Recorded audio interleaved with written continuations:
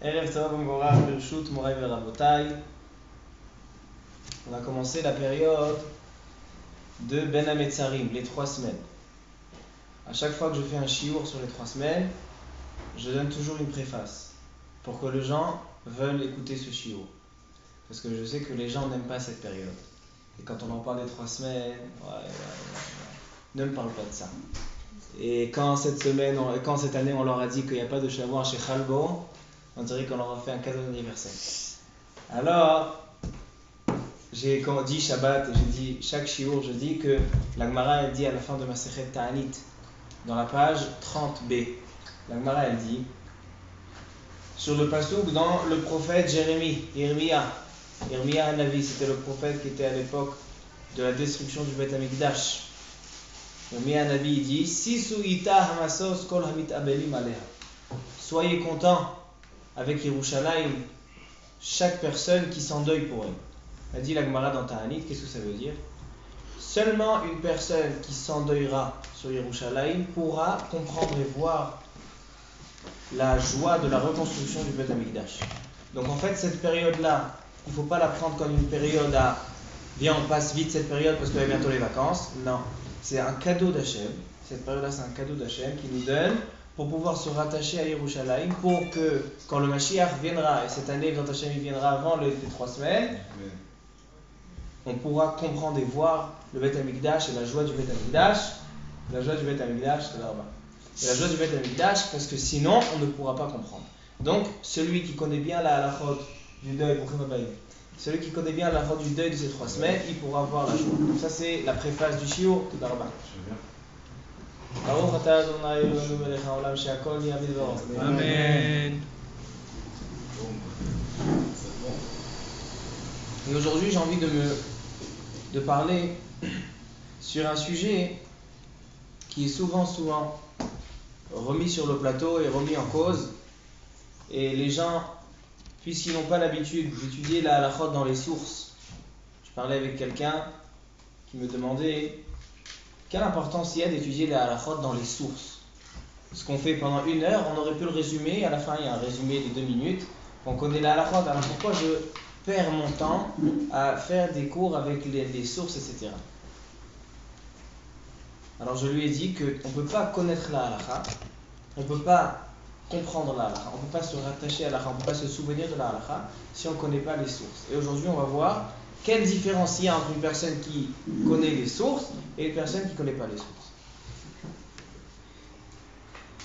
L'année dernière j'ai fait un shiur, j'ai dit une halakha et j'ai reçu ma kat barad sur la tête. J'ai reçu la grêle et j'ai reçu des couteaux et des fléchettes sur ce shiur. J'ai fait un deuxième shiur pour dire que ça ne m'intéresse pas. Pourquoi? Qu'est-ce que j'ai dit l'année dernière? J'ai dit l'année dernière que les Sfaradim, écoutez bien, les Sfaradim n'ont pas de minhagim de Avelut du tout pendant les 3 semaines. C'est-à-dire il n'y a pas de coutume de deuil pendant les 3 semaines chez les Sfaradim. Et j'ai dit même les mariages. Est-ce qu'on peut organiser un mariage pendant les 3 semaines? Oui, on peut. Et j'ai reçu des lettres et des photocopies qu'au Maroc, ils ne se mariaient pas pendant les 3 semaines, etc., etc. Et on a dit l'année dernière que c'est faux, que c'est un minhag pas purement marocain, c'est un minhag qui a été pris par les Ashkenazim, par le Roche au début, et après par les Ashkenazim, les Chabad. Exactement, tu te rappelles bien, Khazak. Et on a dit que comme ça, elle est la halakha les maaseh. C'est vrai que là, je ne vois pas d'intérêt de fixer un mariage pendant cette période, parce qu'on va voir qu'est-ce qu'elle représente pour les Sfaradim. Si pour les Sfaradim, il n'y a pas de coutume de deuil, alors qu'est-ce qu'elle représente cette période? Mais s'il y a un mariage qui a été organisé par erreur, par exemple quelqu'un il vient et te dit écoute j'ai pris la salle, etc. Bevadaï, tu peux aller à son mariage, tu peux respecter et tu peux faire son mariage, une choum barrière. Et Rav Ovadia Yosef, il y a 50 ans, il était très jeune, il est devenu Rav de Tel Aviv, juste avant qu'il soit nommé Rav Arashi d'Israël, de Rishon LeZion. Comme je dis que Rav Ovadia Yosef c'était le plus jeune Rav Arashi d'Israël, parce que c'était le 54e Rishon LeZion à l'âge de 54 ans. j'étais très jeune. Et j'ai dit que quand ils l'ont nommé, ils ont mis la robe du Rishon LeZion avec la couronne du Rishon LeZion. Il a cité tous les 54 Rishon LeZion avec chacun le livre qu'il a écrit, quand il vivait, etc. Quelle était sa chita de halacha. Et ça, c'était Rav Ovadia Yosef. Alors Rav Ovadia Yosef, ils lui ont posé une question, parce que quand il est arrivé à Tel Aviv, toute la rabbanout à l'époque, depuis qu'ils ont monté l'État, alors il y avait le Rav Arashi d'Israël, c'était le Rishon LeZion, Rav Ben Zion Meir Chai Oziel. De là, tous les rues ouziennes dans chaque ville sont sur son nom. Et il était avec le Rav Yitzhak Herzog, le grand-père de Bougie Herzog. Et la majorité de la rabbanout était pliée aux Ashkenazim. D'abord parce que c'est les Ashkenazim qui ont monté l'État. Et la halacha était souvent tranchée comme les Ashkenazim. Et le Rav Arashi, après, c'était le Rav Unterman, qui était aussi un Rav Ashkenaz, et qui n'autorisait pas aux Sfaradim d'organiser des mariages pendant les 3 semaines. Et c'était une période où il y avait beaucoup de Aliyah qui venaient d'Irak, d'Iran, etc., des Edot HaMizrach. Et ils sont venus chez Rav Ovadia Yosef en lui demandant, on a organisé un mariage pendant les 3 semaines et la rabbanout ne nous autorise pas. Rav Ovadia Yosef, alav shalom, a combattu la rabbanout et vraiment a fait le maximum et il a réussi. Il a dit, nous on est des Sfaradim et le Shulchan Aruch autorise d'organiser du mariage jusqu'à Rosh Chodesh Av, et donc on peut organiser des mariages pendant les 3 semaines. Et comme ça, aujourd'hui aussi c'est la halakha. Aujourd'hui vous allez à la rabbanout, si vous êtes Sfarad, vous pouvez obtenir une autorisation de mariage même pendant les 3 semaines. Top. Alors ça c'était le sujet de l'année dernière, mais j'ai pas l'habitude de répéter les shiurim, donc ça c'était juste entre parenthèses. Aujourd'hui on va parler d'un autre sujet qui est aussi pas moins intéressant. Le sujet il est la bracha de Shehecheyanu pendant les 3 semaines. La semaine dernière, à la fin de la semaine dernière, il y avait mon frère à la maison. Et mon frère à la maison, il travaille chez mon père. Et ils font des ventes. Mon père est avocat. Et donc ils font des ventes de maisons. Un il vend, un il achète. Et il y avait une discussion entre le vendeur et l'acheteur. Et donc ils ont dit, il faut à tout prix faire la vente avant les 3 semaines. Parce qu'on ne fait pas d'affaires pendant les 3 semaines. Ça aussi, ça n'a aucune source dans la halakha. Et donc mon frère ne comprenait pas. Mais aujourd'hui, j'ai envie d'essayer de lui répondre, de dire que peut-être qu'il y a une source de dire que de ne pas faire de vente et d'achat pendant les 3 semaines de maison par rapport à la bracha de Shehecheyanu. On va expliquer tout de suite. Venez, on voit déjà qu'est-ce qu'il y a comme halachot. Les halachot vont commencer seulement Shavua Shechalbo. La semaine qui va avoir Tisha B'Av, donc cette année ça va être, il ne va pas avoir de Shavua Shechalbo parce que c'est dimanche, et le Shulchan Aruch donne 2 shitot, et donc là on est maquel dans Avelut, et on dit qu'il n'y a pas de Shavua Shechalbo, mais la semaine que Tisha B'Av tombe dedans, là on a des halachot qui sont marqués dans la Mishnah, dans Masechet Ta'anit, dans la page 26, il y a marqué Shavua Shechal Tisha B'Av liot betocha. Alors on n'a pas le droit de se couper les cheveux et de faire de la lessive, mais le jeudi on a le droit pour Kvod HaShabbat. Et après on a des halachot de la veille de Tisha B'Av, que le dernier repas on n'a pas le droit de manger 2 sortes de plats, de la viande et du vin, etc. Et on a rajouté des minhagim. On sait tous que la viande et le vin, depuis Rosh Chodesh, on s'abstient. Même si la Gemara dit que Shabbat, même qui est pendant les 9 jours, on mange normalement la viande et le vin. On a dit l'année dernière qu'il y a certains qui sont nohagim au Maroc, pas tous les nohagim au Maroc, dans le nord du Maroc, on a dit l'année dernière, qu'ils ne mangeaient pas, même pendant le Shabbat de Shavua Shechalbo, des 9 jours, ils ne mangeaient pas de viande. Mais voilà, on a des halachot seulement à partir de Shavua Shechalbo et des minhagim à partir de Rosh Chodesh. Mais à partir du 17 Tammuz, on n'a rien. Les Ashkenazim, eux, ils ont des minhagim depuis les 3 semaines. Je vais vous lire ces minhagim. Dans le Siman Tav Kuf Nun Aleph 551, il y a plusieurs fois que le Rama, le Rav des Ashkenazim, il rajoute un minhag. Et on va voir aujourd'hui quelle est la différence entre un minhag et une halakha. Excuse-moi, donc cette année, il n'y a pas tout ça. Cette année, il n'y a pas tout ça. Mais chez les Ashkenazim, ça ne change rien, parce qu'on va y a des choses qui sont pendant les 3 semaines. Venez, on voit quoi. Il dit le Rama.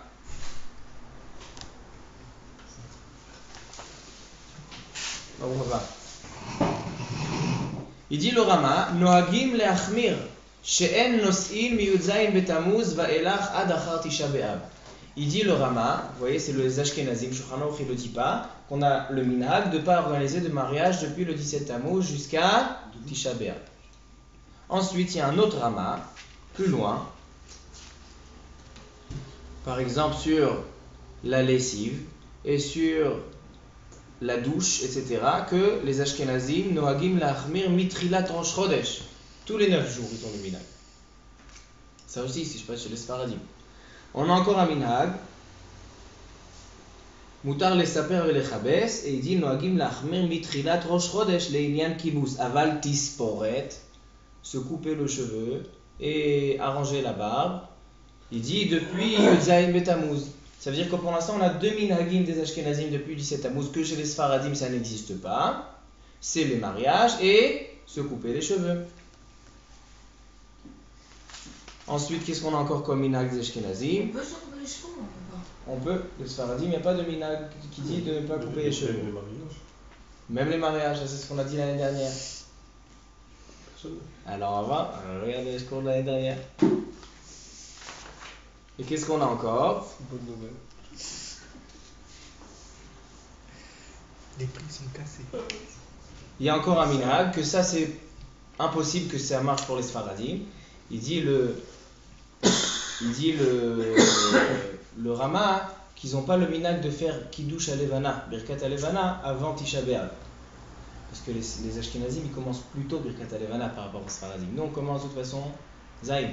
Alors donc on a quoi? Tisha B'Av, on fait la soirée de Tisha B'Av, donc c'est pas un minhag qui est tellement shayach, mais c'est les Ashkenazim, ils attendent de faire Birkat Alevana jusqu'au Motzai Tisha B'Av. Et après tout le monde a le minhag de faire ensemble, à la sortie du jeûne, faire Kiddush Alevana. Il y en a qui disent de le faire pas quand il y a en jeûne, donc on va casser le jeûne et revient. Bon, ça c'est Bécharato, on en parlera.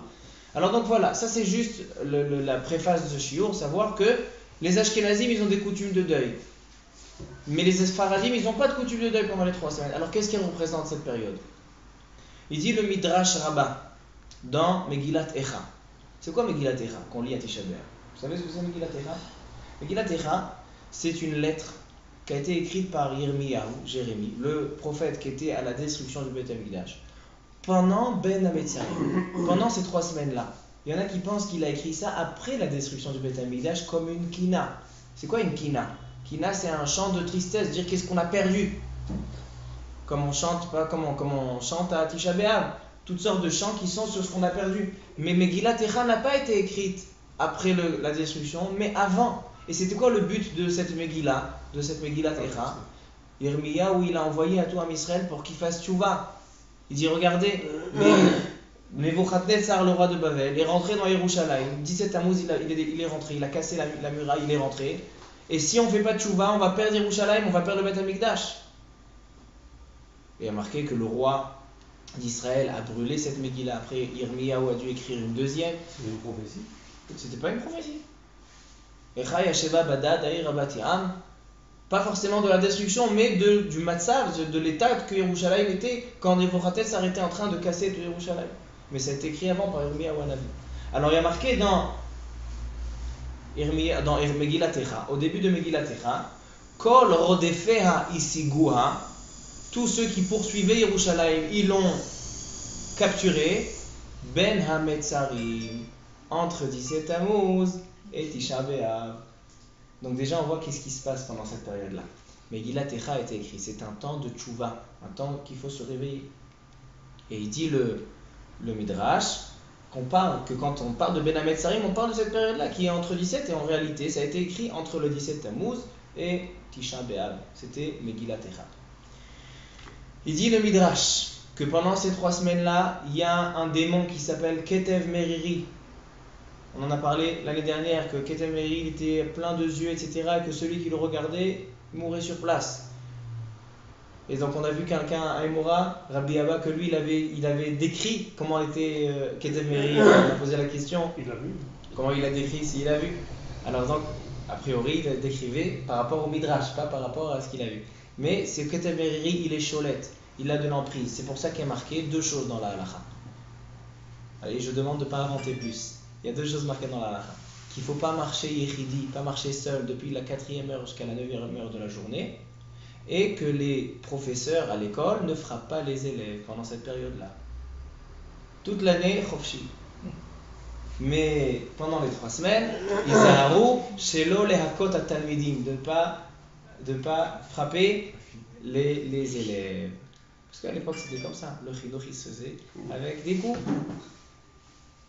Quand il mettait les mains comme ça, alors pendant Ben Ametzarim, lo lehakot atalmidim, parce qu'il y a ketev meriri qui a de l'emprise.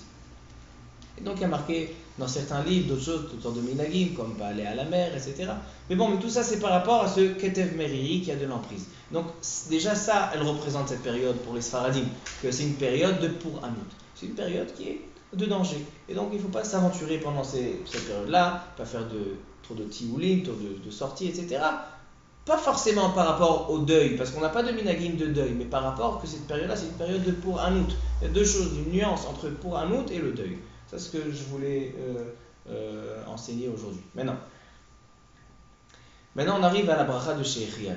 J'ai un problème. Si vraiment on dit que les Sfaradim n'ont pas de coutume de deuil pendant Ben Ametzarim, il n'y a pas de deuil. Alors pourquoi le Shulchan Aruch il dit top dans le Siman Taf Kuf Nun Aleph 551 dans la Halacha 17. Il dit le Shulchan Aruch Tov lizaher milomar shehecheyanu ben ametzarim al peri ou al malbush, aval al pidyon ben omer velo yachmitz mitzvah. Il dit le Shulchan Aruch, il est bien de s'abstenir pendant la période des 3 semaines de réciter la bracha de shehecheyanu.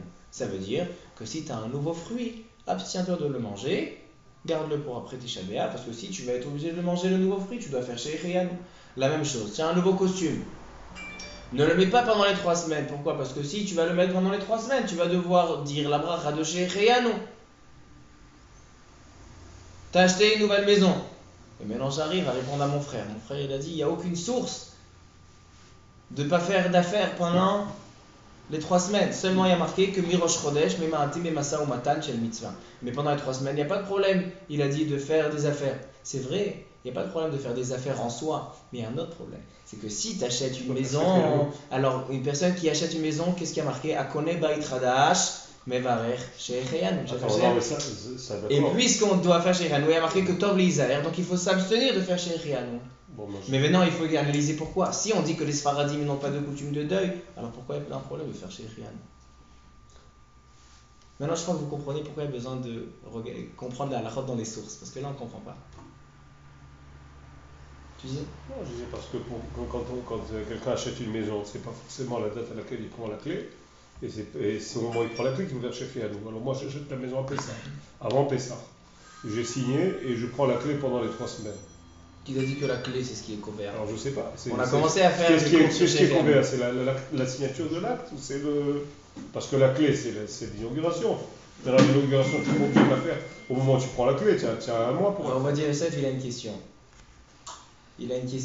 Et tu étais en France quand on a fait ce shiur Shabbat. Alors tu n'as pas pu entendre. Rav Yosef, il a une question. Il dit on est chez l'avocat et on signe une vente. Maintenant, vous avez un avocat ici, vous pouvez lui demander, quand on signe le contrat, la maison ne m'appartient pas maintenant. Il faut d'abord aller au tableau, aller au Racham Amekarkeïn, aller noter que l'appartement maintenant il m'appartient. Ça s'appelle un Avarat Ba'alout. Il faut recevoir l'accord de la banque pour recevoir de l'argent pour le prêt. Et des fois, au moment de la signature, il y a seulement 60%, des fois ça peut arriver même à 50% de la somme que j'ai dans mon compte pour pouvoir lui donner. Donc l'appartement il ne m'appartient pas, alors comment on peut faire chez Riano? Tu vas faire au moment de du SK. Il dit Rav Yosef, au moment de la signature tu fais chez Riano. Alors donc c'est pas pourquoi? l'inauguration. Il dit parce qu'après le tableau, c'est qui doit s'occuper du tableau, du rachat de quelqu'un? C'est l'avocat. Alors donc moi mon travail il a été fait, ma simcha elle est venue quand? Au moment de la signature. Alors à ce moment-là j'ai fait chez Riano. Pourquoi quand au moment de la signature, pourquoi pas au moment où tu rentres dans la maison? Alors c'est vrai que il y a une marloquette. Quand on fait sur un fruit, quand tu vois le fruit ou quand tu le consommes. Mais Ikaradine, c'est quand tu achètes, quand tu vois le fruit. Le minhag, il est de faire à la consommation, quand tu rentres dans la maison.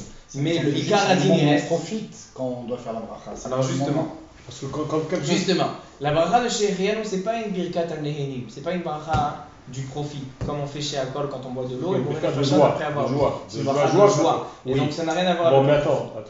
Mais on voit bien que quand il prend la maison, quand il rentre dans la maison, on fait une Chanukah Tabat.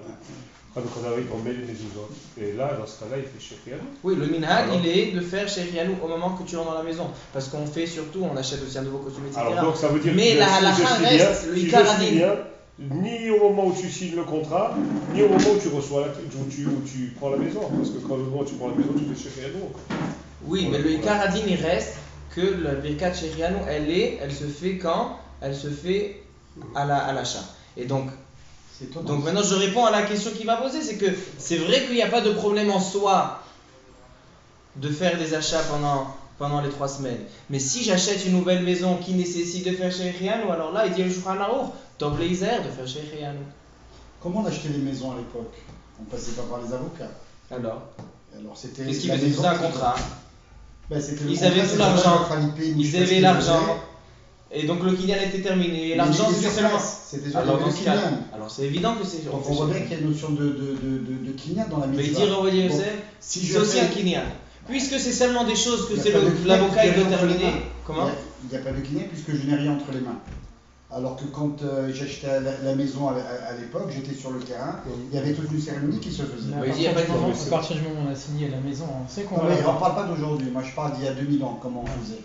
Non mais je sais pas comment, quelle joie à quel moment ça leur procurait la Ils joie. étaient Mais sur place, il y avait un il y a client qui se faisait. une question de procurer une joie. Si ma joie je l'ai au moment où je signe le contrat, c'est vrai que quand on signe un contrat, même si on a versé que 10%, on est content. On est content, c'est le moment où on a. C'est là qu'on on a est. fermé, c'est vrai. Non, mais même, C'est on là sait, qu'on a on sait terminé on sait que ça va aller le jusqu'au Matin. bout. Même s'il n'y a que 10%, ça va aller jusqu'au bout. C'est ça. On ne peut pas revenir en arrière.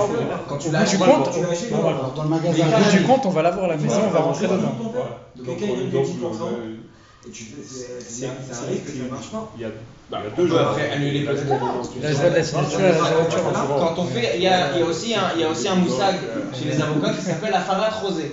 Afarat rosé, ça veut dire que le contrat n'a pas été respecté dans les conditions, donc on peut annuler la vente. Mais la vente a été faite. C'est la meilleure bracha le batala. Alors, ici, Rebracha le Vatala, non. Parce que Tachlas, il a acheté. Après, il a revendu. C'est pour ça qu'il a revendu. Il a annulé la Si vente. c'est sur la joie, c'est pas les batala, parce que la joie, tu l'as eu au l'as eu, moment où oui. tu as pris une claque, on t'a fait sortir, c'est Mais- notre problème. C'est une fausse joie, mais pas une fausse morale.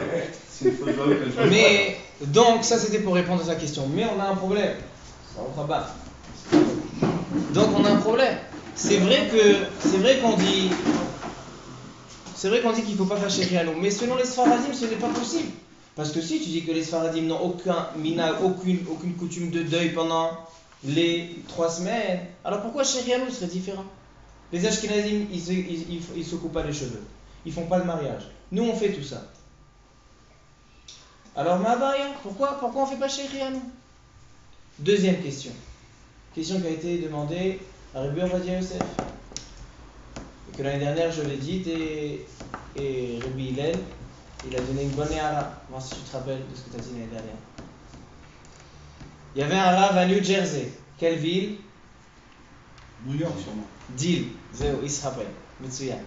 Un rave à New Jersey qui s'appelait le rave Ça sonne Dweck. doué, ça sonne doué. Le Rav Sasson Dweck. Tu te rappelles? Khazak.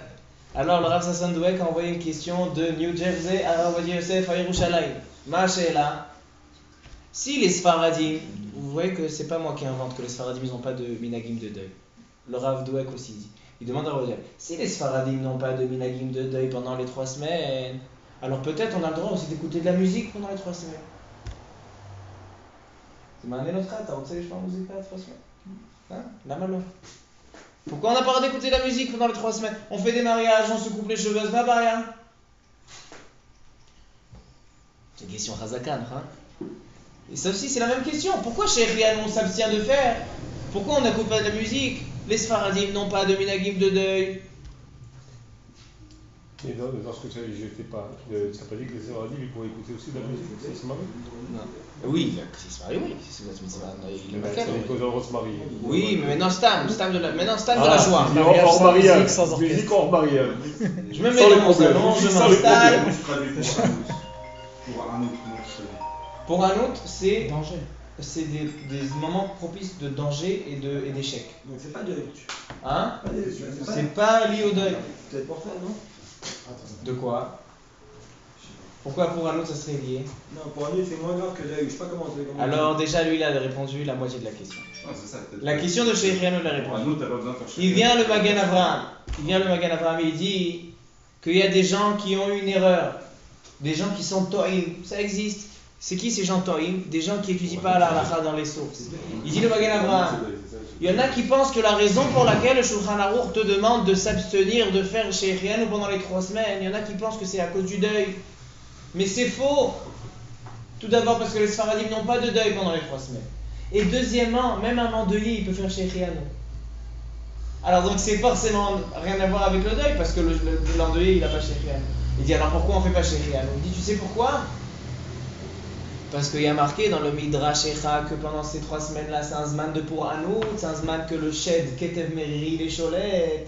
Alors comment tu vas dire Sheikh Riano veki manu vegi anu la zman azé? C'est un zman de pour Anout, tu dis je suis content d'être arrivé à cette période.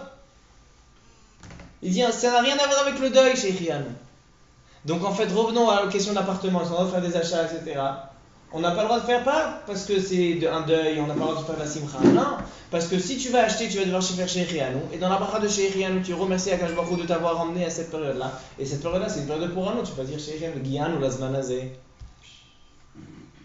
Donc on a répondu la bracha de Sheikh Riano.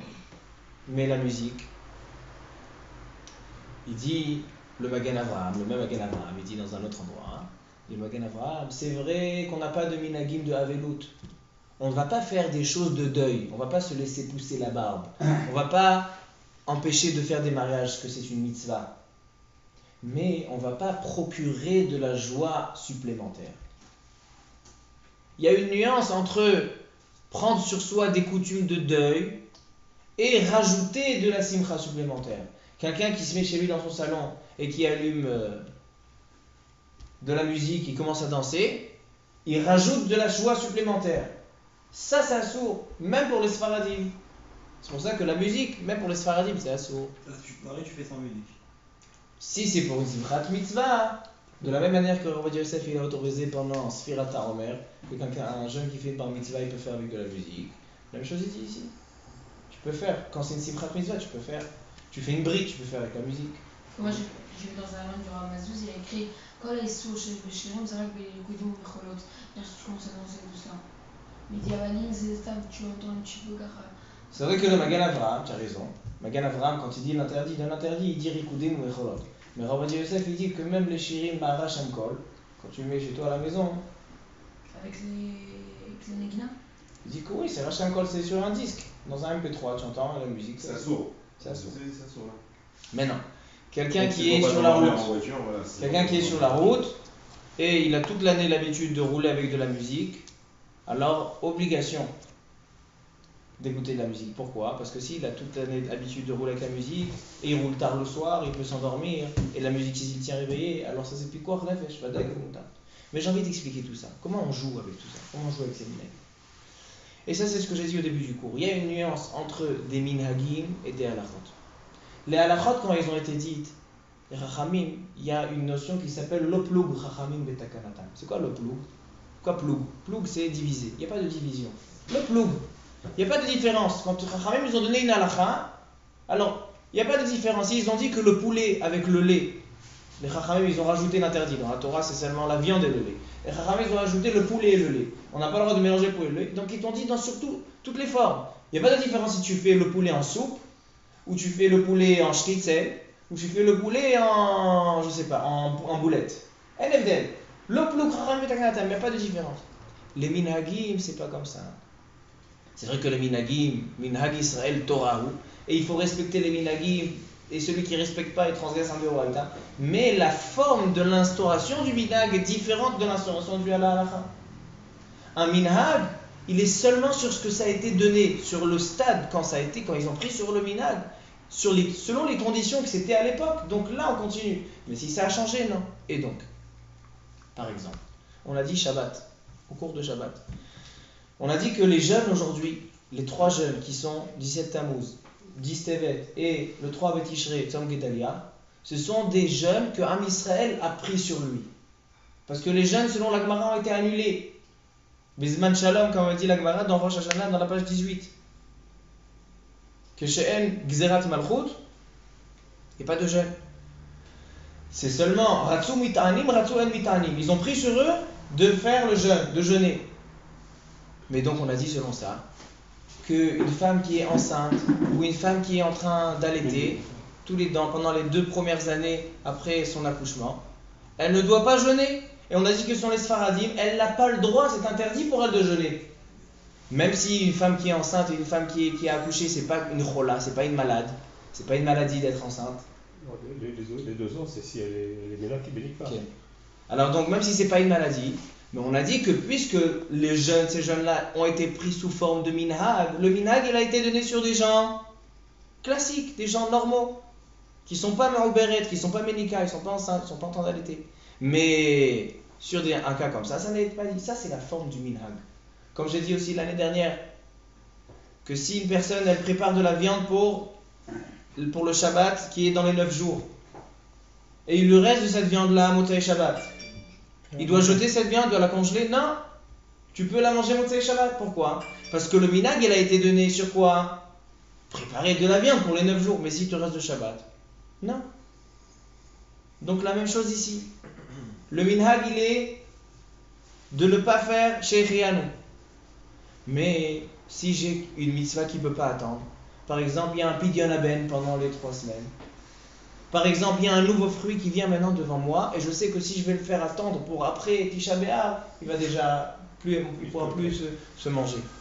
Alors dans ce cas-là, le minhag n'a pas été dit, donc on fait Shechianu. Si j'ai une maison à acheter et je sais qu'après Tisha B'Av, elle sera plus là. Donc voilà. Pas en avoir avec Davar Avel, la même logique que Davar Avel. Que puisque le minhag a été donné, quand c'est un cas classique, que tu vas commencer à acheter des costumes pour faire Shechianu. Non, garde ton costume, le curriculum si tu attends 3 semaines. Mais si tu as une raison pour laquelle tu veux le faire, donc mouta. Il y a la même chose, une question qui a été demandée l'année dernière au duty free à l'aéroport Ben Gurion. Pessah. Il y a eu un problème dans la vente du Hametz, la vente du whisky.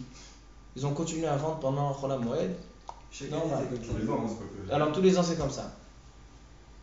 Ils ont sorti une lettre du Rav Arashi Yerushalayim, Rabbi Shlomo Amar, qu'on ne peut plus acheter de whisky tant qu'ils n'ont pas changé, renouvelé le stock, on ne peut plus acheter le whisky. Pourquoi? Parce que c'est chez Hametz, chez Avar Alav Pessah. Un Hametz, du Hametz qui était en possession d'un juif pendant Pessah, après Pessah on n'a pas le droit de le consommer. C'est des juifs ceux qui sont... Ok, le propriétaire c'est des juifs. Et donc maintenant, une personne elle a acheté, elle savait pas, elle a vu cette annonce après qu'elle a acheté. Elle vient me demander, qu'est-ce que je fais avec ce whisky? Je le jette ou je le jette pas? Il y a marqué dans le Rida, ça c'est mon Rav, le Rav Drouk, parce que je suis parti poser cette question. Quand c'est une question de plus de 50 shekels, il fallait demander à Rav. Et le whisky coûtait cher. Alors donc je suis allé chez le Rav Drouk, chez Ichie. Je lui ai demandé, tzarich lizrok ta whisky ou le tzarich lizrok ta whisky? Il m'a dit, il y a marqué dans le Rida, lui c'est un Rav Ashkenaz, il est marqué dans le Rida, Rabbi Chaim Yosef David Azoulay, dans son shoot, il dit que de ne pas prendre du Chametz Sharav Pesach, c'est un knas. Et knas, c'est comme un minhag, ça veut dire que le knas, il est seulement quand tu es allé, tu as acheté, tu savais que c'était comme ça. Mais si tu as acheté, et après on t'a dit c'est Chametz Sharav Pesach, ça fait pas partie du knas, tu peux garder, tu peux boire le whisky. Donc vous voyez que même dans des choses des Rabbanan, des fois on peut dire dans des knasot, parce que knas c'est le des Rabbanan le plus léger. Il y a knas, gzera, takana et pirouche, batora, vasmarta. Le knas c'est le plus simple. Je suis invité chez quelqu'un qui est pas religieux, je sais qu'il est pas macpide là-dessus. Je peux boire du whisky chez lui à peu près? Il n'y a pas de problème de Chametz Sharav Pesach. S'il ne savait pas. Il savait pas. Donc il n'y a pas de knas. Comme ça dit le Rida. Est-ce qu'on assimile celui qui ne veut pas savoir à celui qui ne savait pas? C'est pas j'avais, il sait pas. Alors donc tout ça pour dire que des minhagim, c'est pas la même forme que les halachot. Les halachot on dit l'oploug, mais les minhagim on dit pas l'oploug. Ça c'est quelque chose d'important et surtout pendant cette période. Et je vais vous donner encore une preuve. Encore une preuve magnifique. Il y a une yeshiva qui s'appelle Yeshiva Trevron. Vous connaissez? Vous avez entendu parler? Yeshiva Trevron. Ça fait 40 ans, des Bachorim de Yeshiva Trevron ont envoyé une question à Rav Ovadia Yosef. Des Sfaradim, pas des Ashkenazim, les Ashkenazim ne posent pas de questions à Rav Ovadia Yosef. Même si Rav Waldenberg, le Tzitz Eliezer, un des grands poskim Ashkenazim, sans arrêt, il envoyait des questions. Mais qu'on dirait qu'il était moins important que les élèves de Yeshiva Trevron. Alors des élèves de Yeshiva Trevron Sfaradim ont envoyé une lettre à Rav Ovadia Yosef. Nous les Sfaradim, on a l'habitude de se raser pendant les 3 semaines. Les Ashkenazim, ils n'ont pas l'habitude de se raser pendant les 3 semaines. Est-ce qu'on a le droit de se raser pendant les 3 semaines où il y a un problème de lotit godedou, lotasso agodot agodot? Et dire à Ovadia Yosef, si c'était une halakha chez les Ashkenazim de ne pas se raser pendant les 3 semaines, alors qu'est-ce que je t'aurais dit? Que assour. On ne fait pas 2 clans, on ne fait pas 2 sortes de Torah, chacun il a sa Torah. Mais si c'est un minhag, il n'y a pas de problème de lotit goedou dans un minhag. Pourquoi? Parce que c'est quoi un minhag? Moi j'ai pris sur moi, toi t'as pas pris sur toi. Toi t'as pris une coutume, moi j'ai pas pris la coutume. C'est ce qui explique qu'il y a une différence des Sfaradim et des Ashkenazim sur tout le reste. Bien sûr. Non mais il y a des différences dans les halachot. Non mais tu peux pas dire que... Mais nous, on a le droit de dans se des marier, minhagim, il n'y a pas de alors. lotit goedou. Nous on se marie pas, on se marie ou ils se marient pas. Alors est-ce qu'un barour sfarad dans des yeshiva ashkenazim peut se marier? Va dire que oui, pourquoi? Parce qu'il n'y a pas de problème de lotit goedou dans un minhag. Parce que c'est quoi un minhag? Moi j'ai pris sur moi, toi t'as pas pris sur toi. Moi j'ai dit que maintenant je vais tous les jours donner 10 shekels à la tzedaka. Toi tu prends pas 10 shekels tous les jours à la tzedaka. Alors quoi? C'est lotit godedou? Bah d'accord que non. D'après la fin d'Ashkenaz, pas un mariage comme ça? Vadaï. Pendant Sfirata Omer, chez nous à la yeshiva, les Sfaradim ils organisent des mariages après l'Akba Omer, parce que les Ashkenazim depuis l'Akba Omer jusqu'à Shavuot ils font pas. Et tous les mariages des Sfaradim c'est à cette époque-là, et tous les Ashkenazim ils viennent, Vadaï. C'est qui dit ça? Rav Shlomo Zalman Auerbach qui dit ça. Dans les Adara, c'était pendant. C'est hier soir normalement. Les dernières, ils sont venus d'Ashkenaz. Mais je l'ai ratchouva. Alors donc, ça c'est très important de savoir qu'il y a une différence entre les minhagim et les halachot. Donc c'est pour ça qu'il faut connaître les halachot dans les sources. Qu'est-ce qui est un minhag? Qu'est-ce qui est une halacha? Par exemple, de ne pas manger de la viande depuis Rosh Chodesh, c'est un minhag, c'est pas une halacha. Quand on n'a pas le droit de manger de la viande, le dernier repas avant Tisha B'Av, c'est la seule halakha. Faire la lessive, on a un minhag de faire depuis Rosh Chodesh. C'est pas depuis Rosh Chodesh la halakha. Le minhag depuis Rosh Chodesh, mais la halakha elle est la semaine. La viande quand c'est Shabbat aussi. Et la viande quand c'est Shabbat, il reste, tu peux prendre. Non, comme cette année on va sortir directement de Shabbat, on peut manger. Cette année il n'y a pas de Shabbat, chez Khalil Petit Shabbat. Non, mais t'as dit le repas de la viande, c'est le dernier repas avant Shabbat. Ah alors non, Shabbat il n'y a pas de minhagim de la veloute. Afilou ki seudat Shlomo b'sharato. Même si ce Shabbat ça sera Tisha B'Av, et il est repoussé, Afilou ki seudat Shlomo b'sharato, même le festin de Shlomo Amelech.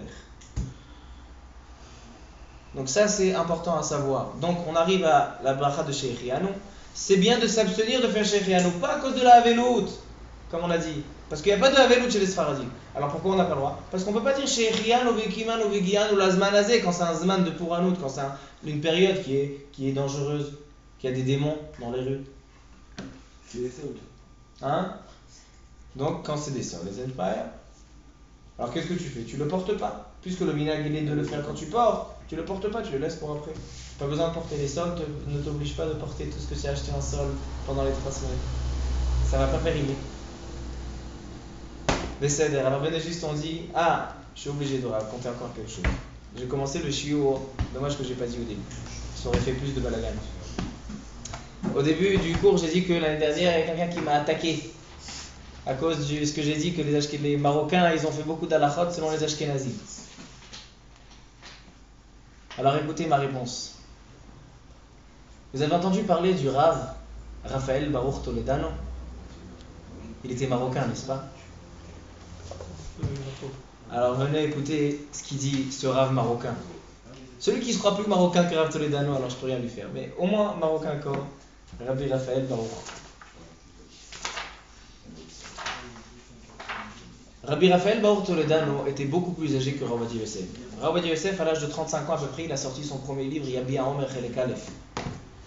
Et les rabbanim, quand ils ont eu ce livre, ils étaient époustouflés. C'est qui ce Rav géant, qui doit être très âgé, qui a écrit un livre tellement beau, Yabi Haomer Chelek Aleph. Et quand ils sont arrivés, ils l'ont vu face à face. Ils étaient morts de rire. Ils ont dit quoi? Mais c'est toi qui as écrit Rabbi Omer? Moi j'étais sûr que c'était un rave avec une canne, avec une grande barbe blanche, qui arrive à peine à marcher, qui est tout tordu. Un jeune de 35 ans qui a écrit Rabbi Omer. Alors écoutez, Raphaël Baruch Toledano qui envoie une lettre de remerciement à Rav Ovadia Yosef pour son livre Rabbi Omer Chelek Aleph. Il a reçu encore au Maroc. Écoutez. Il dit Rav Ovadia Yosef, מכתב זה קיבלתי מהגאון המפורסם הקדוש שיאמר לו זך וישר פעולו רבי רפאל ברוך טולדנו בצירוף ספרו קיצור שולחן ערוך השלם. Il a reçu en cadeau, Rav Ovadia Yosef lui a envoyé son livre Rabbi Omer, il a reçu en cadeau le Kitzur Shulchan Aruch Toledano que tout le monde connaît, avec une lettre. Qu'est-ce qui a marqué dans la lettre? לכבוד ידידנו ואור עינינו הגאון המפורסם סיני ועוקר הרים, à l'âge de 35 ans. Je répète, à l'âge de 35 ans il écrit ça. לכבוד ידידנו ואור עינינו הגאון המפורסם סיני ועוקר הרים, הרב הגאון, כבוד מורנו הרב עובדיה יוסף שליטה. יהי שלום בחילו, שלווה בארמנותיו. Oui, Raphaël Baruch, il a écrit ça. ספרו יביע עומר חלק א' הגיעני, j'ai reçu ton livre, ובעיני בו התענגתי מרוב חריפותו וגאונותו. Je me suis régalé par cette חריפות, cette finesse, ce génie. יהי רצון שעוד יפוצו מעיינותיו חוצה להקדים תורה ולהדירה. Je crois que cette bracha s'est accomplie.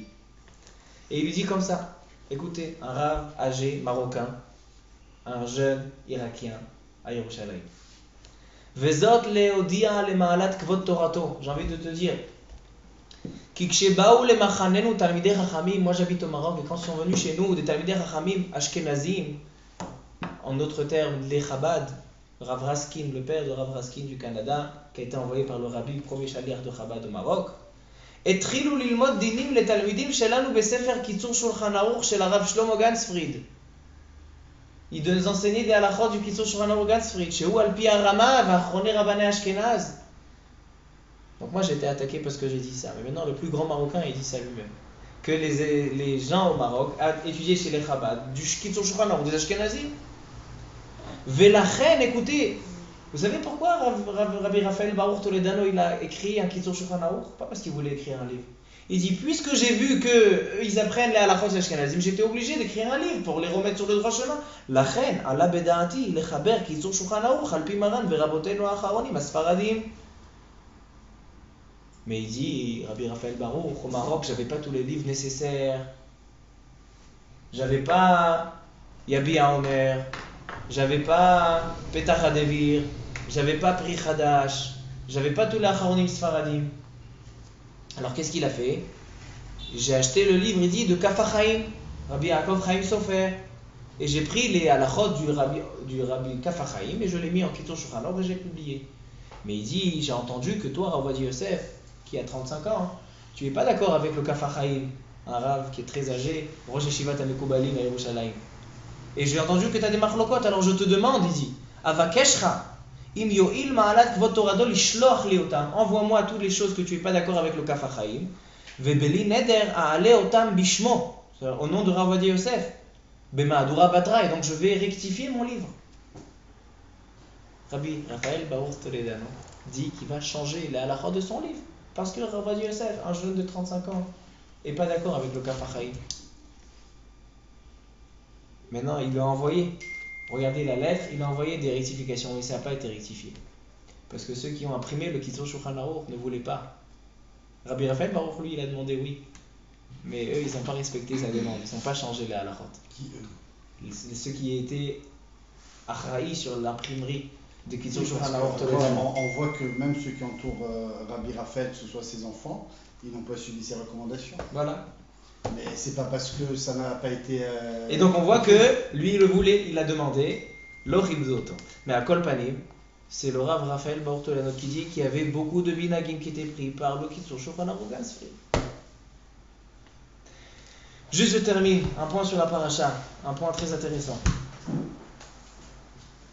Parashat Hashavua, וידבר אדוני אל משה לאמור, פינחס בן אלעזר בן אהרון הכהן השיב את חמתי מעל בני ישראל בקנאו את קנאתי בתוכם ולא כיליתי את בני ישראל בקנאתי לכן אמור הנני נותן לו את בריתי שלום. Vous connaissez bien. On continue. והייתה לו ולזרעו אחריו ברית כהונת עולם תחת אשר קינא אלוהיו ויכפר על בני ישראל. Qu'est-ce qui se passe ici? Pinechas ben Elazar était un canaille. C'est quoi un canaille? Alors, Rachid explique, Canaï c'est vengeur. Kanaï, c'est quoi un jaloux?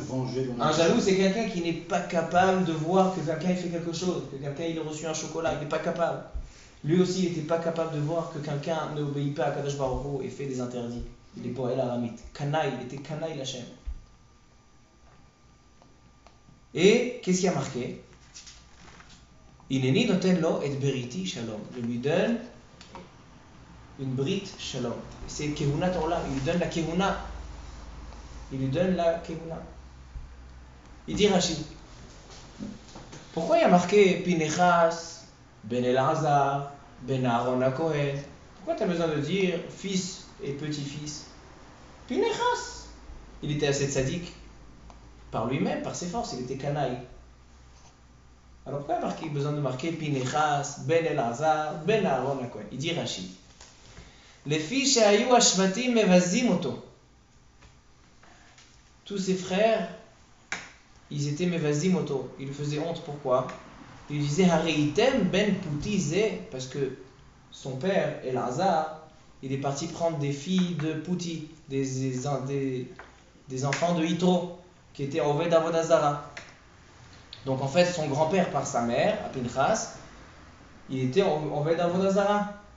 Alors donc il lui faisait honte, il dit qu'est-ce que toi maintenant tu commences à aller faire Kanaï Lachem, tu fais des choses de Emouna, ton grand-père c'était Avodah Zara. C'est pour ça qu'il y a marqué les Fikar Ba'akatu ve'ichaso achar Aaron. Je te dis c'est le petit-fils d'Aaron HaKohen, c'était pas n'importe qui. Il vient le Gaon Shem Ishmoel et il dit ce Rashi il n'est pas compris, on ne peut pas le comprendre. Ils ont dit que c'est le petit-fils d'Aaron pour pouvoir dire que il n'y a pas de problème que son grand-père il est Oved Avodah Zara. Qu'est-ce que ça a servi? C'est vrai qu'il a un grand-père tzaddik, Aaron HaKohen, mais il a un autre grand-père Avodah Zara. Alors qu'est-ce que ça a servi de dire? T'inquiète pas, c'est le petit-fils d'Aaron HaKohen, Mas de Méchané.